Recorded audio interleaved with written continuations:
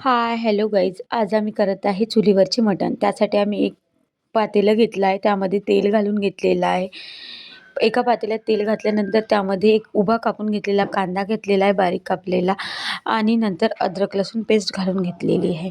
या प्रकारे एक आम्ही वाटण बनवलेलं आहे. त्या वाटणामध्ये 2 ते 3 कांदे आहे, खोबरं आहे, शेंगदाणे आहे, फुटाणे आहे, थोडी तांदूळ आहे आणि खडा मसाला आहे.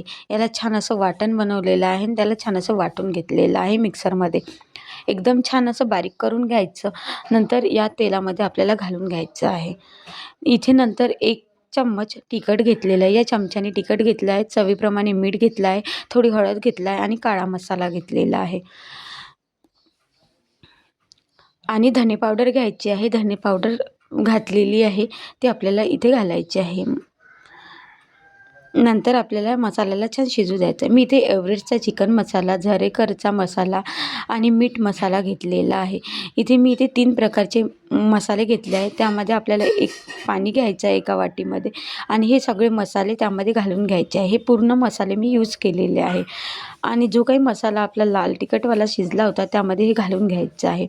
या प्रकारे मटण आहे, याला 3 ते 4 पाण्याने स्वच्छ धुवून घ्यायचं आहे. आमच्या आईने धुवून घेतलेलं आहे आणि आता ही स्वच्छ झालेलं मटण माझी आई यामध्ये घालून घेणार आहे. कारण आम्ही प्युअर व्हेजिटेरियन आहे. आमच्या घरचे अर्धे लोकं खातात, अर्धे लोकं प्युअर व्हेजिटेरियन आहे. म्हणून या प्रकारे छान असे शिजू द्यायचे आहे आणि झणझणीत वरून कोथिंबीर टाकून गार्निश करा. एकदम तडकेदार गावरानी mutton ready. Thank you. Like, share and subscribe.